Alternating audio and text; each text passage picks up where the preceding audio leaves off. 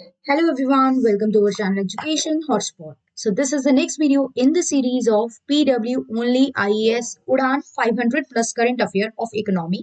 Last class अभी तक हम लोग इसकी फर्स्ट क्लास कर चुके हैं. फर्स्ट क्लास में मैंने आप लोगों को इसका एक टॉपिक ऑलरेडी कवर करा दिया है. जनरली स्टूडेंट देखिए विजन की आप लोग अपने एग्जाम देने हैं तो आप लोग विजन की या तो PT 365 फॉलो करते हैं for the yearly compilation of the current affair. Right अगर बच्चे ने स्टूडेंट ने मंथली फॉलो भी करी होती है तो वो भी कई बार स्टूडेंट जो है वो लास्ट में मोमेंट रिवाइज करने के लिए इस ईयरली कंपाइलेशन को पिक कर लेता है. और कई बार स्टूडेंट उतना मंथली बहुत ज्यादा फॉलो नहीं कर पाता है चीजों को तो भी एट द एंड वो लोग अपने करंट अफेयर की रिवीजन के लिए इस ईयरली कंपाइलेशन पे डिपेंडेंट रहते हैं. अब many student follow vision IAS PT 365 और बहुत बहुत से स्टूडेंट पीडब्ल्यू ओनली आईएएस की मैगजीन्स को उनके static plus current affair content को भी फॉलो करते हैं. And in well known renowned institute ने इतना अच्छा कंटेंट हम लोगों को बना के दिया है कि अगर आप चाहे तो लास्ट मोमेंट पे इन पे रिलाई कर सकते हैं. और देखिए एग्जाम में कितना क्या परसेंटेज आना है ये आप लोग वेल अवेयर है. वी आर नॉट लाइक हम स्कूल गोइंग या कॉलेज गोइंग स्टूडेंट नहीं है कि हमें इतना ही कंटेंट दे दिया जाए तो इसी में से एग्जाम में क्वेश्चंस आ जाते हैं. जितना ज्यादा हम प्रिपेयर करेंगे और जितना ज्यादा होलिस्टिकली चीजों को कवर करेंगे उतने ज्यादा एग्जाम में हम एबल होंगे कि हम लोग क्वेश्चन जो है वो कवर अप कर पाए.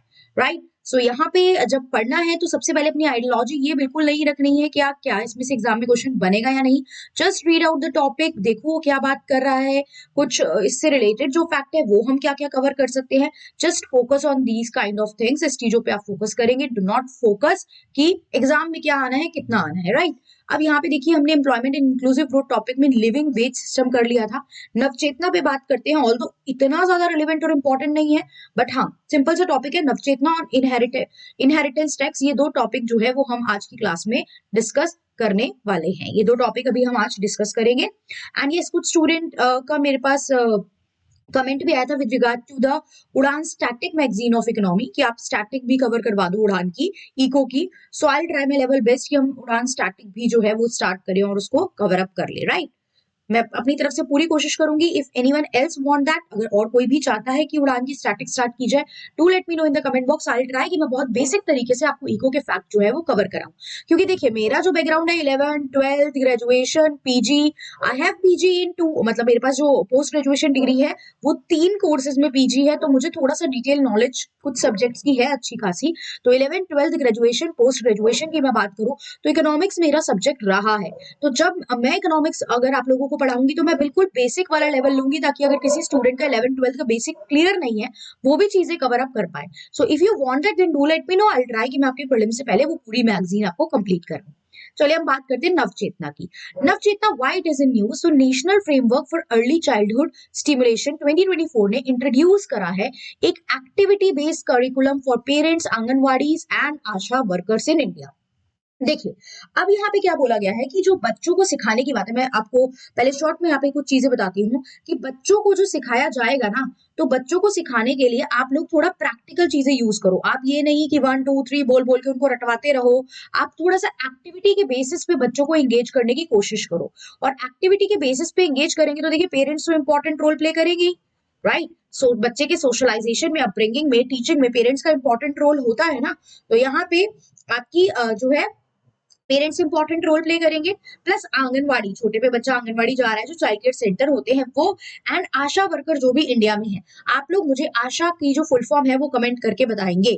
राइट आशा वर्कर बहुत सारे और भी रोल प्ले करते हैं. इनकी काफी रिस्पॉन्सिबिलिटी होती है कि इनको हेल्थ की एजुकेशन देनी है, इनको हेल्थ सर्विसेज प्रोवाइड करनी है, हेल्थ एजुकेशन भी देनी है, हेल्थ सर्विसेज भी प्रोवाइड करनी है, कम्युनिटी मोबिलाइजेशन इनको करके रखना है, काउंसलिंग करनी है, डिजीज प्रिवेंशन करना है. राइट तो उन्हीं जो जिस कम्युनिटी को आपको सर्व करना है उसी में से कुछ आप आशा वर्कर्स ले लेते हो जो ये काम करती है. जनरली जो एज है 25 टू 45 तक इनकी एज होती है. 25 टू 45 एज ग्रुप के ये लोग होते हैं. बेसिकली लिटरेट होते हैं अप टू 10th स्टैंडर्ड. ऐसा कुछ नहीं है कि आपको ग्रेजुएशन या पीजी यहाँ पे चाहिए. लिटरेट होना चाहिए अप टू 10th स्टैंडर्ड. तो ये बेसिक चीजें हैं आशा वर्कर से रिलेटेड. बहुत डिटेल में हम बात नहीं कर रहे हैं बट यस आशा की फुल फॉर्म आप लोग मुझे बताएंगे. तो अर्ली चाइल्डहुड की बात है. अच्छा सबसे पहले क्या होता है जब हम अर्ली चाइल्डहुड की बात करते हैं ना तो हमें अर्ली चाइल्डहुड में ये देखना है कौन से एज ग्रुप की आप बात कर रहे हो. सोशल इशू में मैंने आपको एक टॉपिक वगैरह कुछ लेके तो वहां पे जब बात की जा रही थी ना तो वहां पे उन लोगों ने 0 to 6 ईयर कंसीडर किया था कि यहाँ तक प्रॉपर न्यूट्रिशन पहुंचना चाहिए. लेकिन अब क्योंकि कई बार आप अर्ली चाइल्डहुड की एज को कंफ्यूज हो सकते हो, अलग अलग प्लान्स में अलग अलग बेसिस पे इस एज को क्लासिफाई किया जाता है. तो यहाँ पे अर्ली चाइल्डहुड में है up to the age of 3. Right. Child learning journey जो होती है वो बर्थ से लेके अप टू एज 3। अच्छा, ऐसा नहीं है एज 3 के बाद हम लोग कुछ सीख नहीं रहे हैं। एज 3 तक माना जाता है बच्चे का ब्रेन डेवलपमेंट का स्टार्टिंग जो फेज होता है, ये ब्रेन डेवलपमेंट का यहाँ पे मतलब ब्रेन डेवलपमेंट तो बर्थ से पहले भी हो रहा होता है, लेकिन यहाँ पे जो होती है वो ब्रेन डेवलपमेंट वाली चीज हमें अच्छी खासी देखने को मिलती है। तो इस टाइम पे देखिए आजकल तो बहुत सारे डॉक्टर्स इंटरव्यू भी दे रहे हैं कि 0 to 2 years तक बच्चे का जो स्क्रीन टाइम है, राइट, बच्चे को जो टीवी फोन ये सब दिखाना है, ये बिल्कुल कोशिश करो कि आप 0 रखो, क्योंकि इससे बच्चे की जो ब्रेन डेवलपमेंट है वो हैम्पर होती है। और उसके बाद भी 3 to 6 years तक भी आप कोशिश करो उन्हें 1 hour से ज्यादा स्क्रीन टाइम ना मिले, क्योंकि उससे बच्चे की ब्रेन डेवलपमेंट हैम्पर होती है। ये काफी ज्यादा बच्चों में देखा गया है बीच में जिन्होंने स्क्रीन टाइम यूज किया। आजकल तो आप जहां देखो लेफ्ट राइट वहां खाना खाते हुए बच्चे को हमें देखने को मिल रहा है कि यूट्यूब पे पोइट्री चला के दे दी जा रही हो, बच्चा खाना खा रहा है। तो दिस इज द थिंग। तो ये चीज यहाँ पे क्या है कि ब्रेन डेवलपमेंट का अच्छा वाला फेज होता है ये। तो अप टू द एज 3 बच्चे की चाइल्ड की लर्निंग जो होती है वो स्टार्ट हो जाती है बर्थ से लेके तब तक। तो यहाँ पे ये जो सेट किया गया है कि आप एक्टिविटी बेस्ड उनको चीजें सिखाओगे, ये नेशनल पॉलिसी ऑफ एजुकेशन जो 2020 में आई है उसके अंडर ये चीज सेट की गई है, राइट। उसके अंडर ये चीज सेट की गई है और ये कहती है कि ब्रेन डेवलपमेंट जो है वो फर्स्ट 3 years में ज्यादा क्रूशियल होती है, जब बच्चे का 75% ब्रेन जो है वो डेवलप हो जाता है। मैंने अभी ये बात आपको बताई। प्लस यहाँ month by month activities conduct करी जाएंगी by the parents, anganwadi staff, Asha worker, ताकि बच्चे का होलिस्टिक डेवलपमेंट हो सके। ये तो हमें समझ में आ गया नवचेतना क्या बोल रहा है। अगर आ जाए Navchetana seen in news is related तो अब आप ये बता दोगे early childhood care and education से रिलेटेड है, right. Early childhood early childhood care and education से रिलेटेड है, early childhood care and education से रिलेटेड है। अब अगर इसके रिगार्डिंग बात करें ना तो बहुत पहले से चीजें चली आ रही है। एक दो चीजें आप और एक्स्ट्रा फैक्ट याद रखो कि जो आर्टिकल 45 ऑफ द कॉन्स्टिट्यूशन है, हमारे कॉन्स्टिट्यूशन का जो आर्टिकल 45 है वो कहता है कि state shall endeavour to provide early childhood care. सीधा सीधा पूछ सकता है ना स्टेटमेंट में कि विच आर्टिकल, मतलब स्टेटमेंट में लिख के दे सकता है ना आर्टिकल 45 की जगह कोई और आर्टिकल दे दे फॉर एग्जाम्पल। तो आर्टिकल 45, राइट, आर्टिकल 45 जो है वो कहता है early childhood care and education provide करनी चाहिए स्टेट को for all children until they, sorry, extremely sorry, until they complete the age of 6 year। अब देख लो यहाँ पे मैं बार बार आपको मेन चीजें बोल रही हूँ। आर्टिकल 45 मेंशन करता है early childhood up to 6 year, right. लेकिन अभी जो ये नवचेतना बात कर रही है ये कितने की बात कर रही है, up to 3 year 70% brain develop हो जाता है। तो यहाँ तक हमें एक्टिविटी इन्वॉल्वमेंट टीचिंग जो है वो बच्चे की करनी चाहिए। कंफ्यूज नहीं होना, ईयर की बात करता है, एज 6 year तक लेता है, नवचेतना अप टू 3 year ले रहा है। 4 बार मैंने बोल दिया ताकि आपके कान में ये बात जाए और माइंड में फिट हो जाए, राइट। अब 2020 में नेशनल एजुकेशन पॉलिसी आई है, ये हमें देखना है, राइट। अब यहाँ पे 2022 की मैं बात करूँ ना तो नेशनल करिकुलम फ्रेमवर्क का एक फाउंडेशनल स्टेज सेट किया गया था। नेशनल करिकुलम फ्रेमवर्क का, आप चाहो तो अपने पास ये चीजें लिख सकते हो, foundational stage and early childhood care and education task force जो है वो यहाँ पे मतलब हायर किया गया। वो जो है ये टास्क फोर्स स्टार्ट किया गया ताकि बच्चे की अर्ली चाइल्डहुड डेवलपमेंट जो है वो हो सके। तो yes, this is all about Navchetana. Navchetana में इतना ही आपको ध्यान रखना है। क्वेश्चन कैसे आएगा वो भी नहीं सोचना है, इसके फैक्ट 2-3 बार अपने माइंड में रीड करोगे ये चीज याद हो जाएगी। फर्स्ट रिवीजन में आप एक बार बस पढ़ के चलो, सेकंड रिवीजन एक बार लास्ट मोमेंट पे करोगे तो चीजें अपने आप याद हो जाएंगी, राइट। इस करिकुलम में काफी सारी एक्टिविटी होंगी जिसमें आप मतलब बात करोगे उनसे, खेलोगे साथ में, मूव कराना बच्चे को, म्यूजिक सुनाना, सेंसरी स्टिमुलेशन उनको मतलब कुछ चीज पकड़ाएंगे एंड बताएंगे कि ये चीज है तो वो सेंसरी, मतलब बच्चे का सारे जो सेंस ऑर्गन्स है उनको आप वहां पे इन्वॉल्व कराओगे, राइट। आप सेंस ऑर्गन सारे सेंसरी स्टिमुलेशन के थ्रू, सेंस ऑर्गन के थ्रू उनसे बात भी कर रहे हो, मूवमेंट भी करवा रहे हो, उनकी पिक करवाना, ड्रॉप करवाना, वॉक करवाना, ये सारी चीजों के थ्रू आप उनको चीजें सिखाओगे। क्यों, वाई, मतलब ऑब्जेक्टिव क्या है इसका, ताकि उनकी लैंग्वेज ग्रोथ हो, लिटरेसी, न्यूमरेसी, बेसिक नंबर की नॉलेज हो, सेंसरी स्किल डेवलप हो of the new children. Around 14 lakh anganwadi staff जो है उसको ट्रेनिंग दी जाएगी ताकि ये जो करिकुलम है इम्प्लीमेंट हो सके। क्योंकि देखिए इसमें आपको सिखाया जाएगा कि किस तरीके से आप ट्रेडिशनल टीचिंग और आज की टीचिंग में अंतर तो आ गया है ना, राइट। ट्रेडिशनल टीचिंग और आज की टीचिंग में अंतर तो आ गया है, तो आपको प्रॉपर इनको ट्रेनिंग देनी पड़ेगी कि किस तरीके से ये चीज जो हम प्लान कर रहे हैं स्कीम के अंडर वो हम इम्प्लीमेंट, मतलब वो आप इम्प्लीमेंट करेंगे। क्लियर, बहुत ज्यादा कुछ मुश्किल नहीं था, आई होप समझ में आया। अब वर्ड आता है इनहेरिटेंस टैक्स। अब टैक्स देख के वैसे ही डर लग जाता है यार, टैक्स चैप्टर, इतने सारे टैक्स होते हैं, अब ये क्या चीज है यहाँ पे। देखिए दिस इज इन न्यूज, क्योंकि डिमांड, पहली बात तो ये ध्यान रखो, ये इंडिया में अभी है ही नहीं, ये इंडिया में प्रेजेंट नहीं है। पहले इस तरीके का एक टैक्स लगता था जिसको हम लोग स्टेट टैक्स या स्टेट ड्यूटी बोलते थे। क्या होता है, इस पे मैं आ रही हूँ। अब इनहेरिटेंस टैक्स जैसा कोई टैक्स नहीं है, पहले लगता था स्टेट टैक्स, लेकिन अभी इस तरीके का कोई टैक्स नहीं लगता है, ये भी आपको ध्यान रखना है। अर्लियर लगता था, स्टेट टैक्स बोलते थे। अब यहाँ पे क्या चीज है, ये होता क्या है पहले हम देखते हैं। न्यूज में इसलिए क्योंकि अभी प्रपोज किया गया कि इनहेरिटेंस टैक्स लगना चाहिए। वर्ल्ड इनइक्वालिटी लैब का एक पेपर ने प्रपोज किया कि वेल्थ और इनहेरिटेंस टैक्स जो है वो वेल्दी लोगों पे लगने चाहिए, ताकि जो हमारी इकोनॉमी में इनइक्वालिटी है ना वो कम हो जाए, हमारी इकोनॉमी में जो इनइक्वालिटी है वो कम हो जाए। तो सबसे पहले देख लेते हैं, देखिए इनहेरिटेंस टैक्स है क्या। इनहेरिटेंस टैक्स की अगर मैं बात करूं तो इनहेरिटेंस टैक्स ये है कि जब कोई पर्सन, जिसको पहले स्टेट टैक्स भी बोलते थे, इंडिया में लगता था स्टेट टैक्स, बट बाद में अबॉलिश हो गया, राइट। इंडिया में स्टेट टैक्स लगाया जाता था, बट बाद में इसको क्या कर दिया, अबॉलिश कर दिया है, राइट, अबॉलिश कर दिया है। तो ये है क्या, देखो स्टेट टैक्स को अबॉलिश कब किया, ये ईयर भी याद रखो। अबॉलिश कर दिया था इसको 1985 में। रीजन थे, मैं पहले मीनिंग बताती हूँ फिर मैं आती हूँ रीजन पे, हालांकि यहाँ मेंशन नहीं है। इनहेरिटेंस टैक्स होता है जब एक पर्सन है, उसकी डेथ हो गई, उसकी डेथ के बाद उसकी जो प्रॉपर्टी होती है, उस पर्सन की डेथ के बाद उसकी प्रॉपर्टी जो है वो ट्रांसफर हो जाती है उसके बच्चों में, दो तीन जो भी बच्चे हैं, राइट, उसके बच्चों में वो ट्रांसफर हो जाती है। तो यहाँ पे क्या हो रहा है, यहाँ पे ये कहा जा रहा है कि ये जो प्रॉपर्टी इन बच्चों में ट्रांसफर हुई, उस प्रॉपर्टी पे, चाहे वो प्रॉपर्टी, अब देखो प्रॉपर्टी में भी एनीथिंग, प्रॉपर्टी में आपकी कोई भी मूवेबल और इमूवेबल, मूवेबल क्या होती है, वो चीज जो एक जगह से दूसरी जगह मूव कर सकती है, ज्वेलरी वगैरह ये सब चीजें, राइट, मशीन ज्वेलरी। इमूवेबल हो गई लैंड वगैरह, लैंड, जमीन तो नहीं मूव करके उठा के रख सकते ना एक जगह से दूसरी जगह। तो ये सारी आपकी जो उस पर्सन की एसेट्स थी वो उसके बच्चों के पास चली जाएंगी। फॉर एग्जाम्पल 3 बच्चे हैं, इन 3 बच्चों के पास 1/3 1/3 1/3 शेयर चला गया, प्रॉपर्टी जितनी भी थी उसका। अब इन तीनों की प्रॉपर्टी जो इनको मिली है, अपने पर्सनल प्रॉपर्टी नहीं, जो आफ्टर द डेथ मिली है, जो इन्होंने इनहेरिट करी है, जो इन्होंने अपने फादर से इनहेरिट करी प्रॉपर्टी है, अपनी पेरेंट्स से इनहेरिट करी प्रॉपर्टी है, उस पे जो टैक्स लगेगा वो कहलाता था इनहेरिटेंस टैक्स और स्टेट टैक्स, राइट, वो कहलाता था। अब इनके जितने जितने शेयर है उस पे इनको वो इनहेरिटेंस टैक्स देना पड़ेगा। आई होप आपको समझ में आया। इनहेरिट करा इन्होंने अपने पेरेंट्स से, अच्छी खासी प्रॉपर्टी है, मान लो 50-60 करोड़ की, हाँ इनके पास 60 करोड़ की प्रॉपर्टी है, टोटल मिला के 20-20 करोड़ इन बच्चों को मिले, तो 20-20 करोड़ पे जितना गवर्नमेंट सेट करेगी इनहेरिटेंस टैक्स वो इन तीनों को देना पड़ेगा।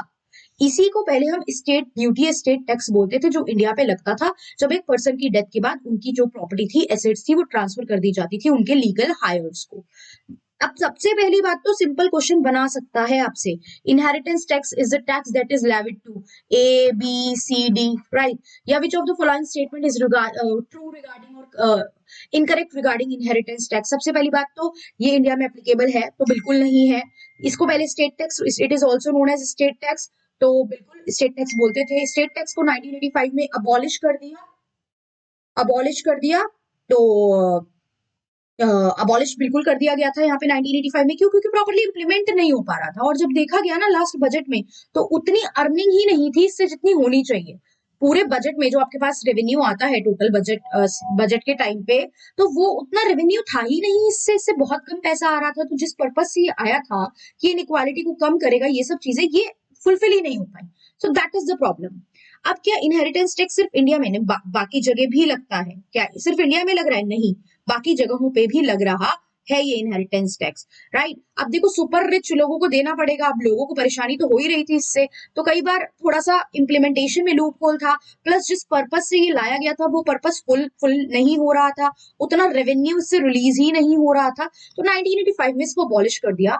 बट टाइम टू टाइम बहुत सारे लोगों ने इसके लिए बोला कि इसको वापस लेके आओ, इसको लाना चाहिए, इसको प्रॉपरली इंप्लीमेंट करना चाहिए।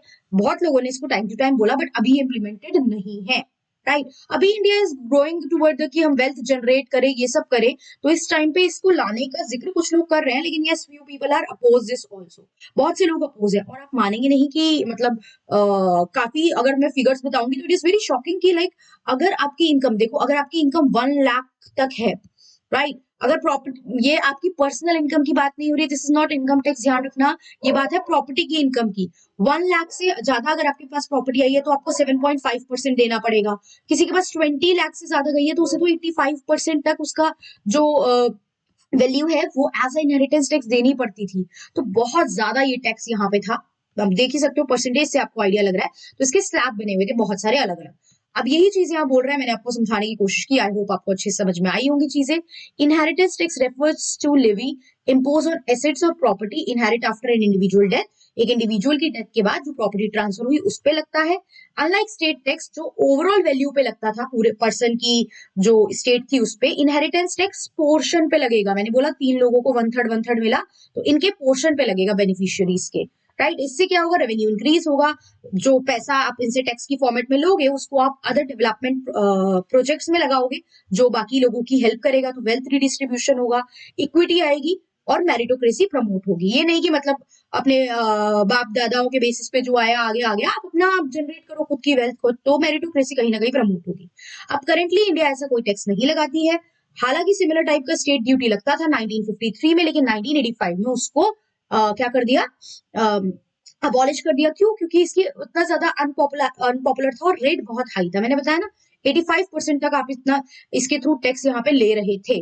Right. Additionally, gift tax and wealth tax were part of India's taxation framework, but abolished. Gift tax को 1998 में abolish कर दिया और wealth tax को 2015 में। देखिए गिफ्ट टैक्स जो है ना एक डायरेक्ट टैक्स है। गिफ्ट टैक्स को वापस ले आए थे हम, लिखा भी है 2004 में।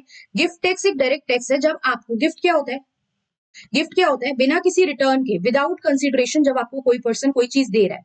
गिफ्ट टैक्स के बहुत सारे रूल है, मुझे सारे टैक्स नहीं पढ़ रहे हैं कि हम सारे यहाँ पे याद करेंगे। गिफ्ट इज समथिंग जब आपको बिना किसी रिटर्न के कोई पर्सन कुछ चीज दे रहा है विदाउट कंसिडरेशन। गिफ्ट टैक्स को भी रीइंट्रोड्यूस किया 2004 में कुछ कंडीशंस के साथ कि अगर आपका गिफ्ट 50,000 रुपए से ज्यादा का है, आपको पूरे फाइनेंशियल ईयर में 50,000 से ज्यादा के गिफ्ट मिल रहे हैं, तो वो जो वैल्यू है वो आपकी इनकम में ऐड करी जाएगी और जो इनकम स्लैब है उसके अकॉर्डिंग आपको उस पर टैक्स देना पड़ेगा। लेट्स से मेरी अब तो रिसेंट उसके थ्रू तो 12 लाख तक अप टू एक्सटेंड हो गई है।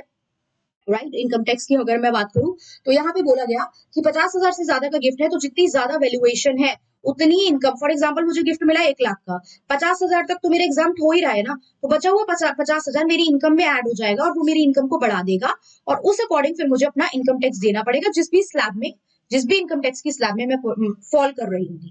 राइट।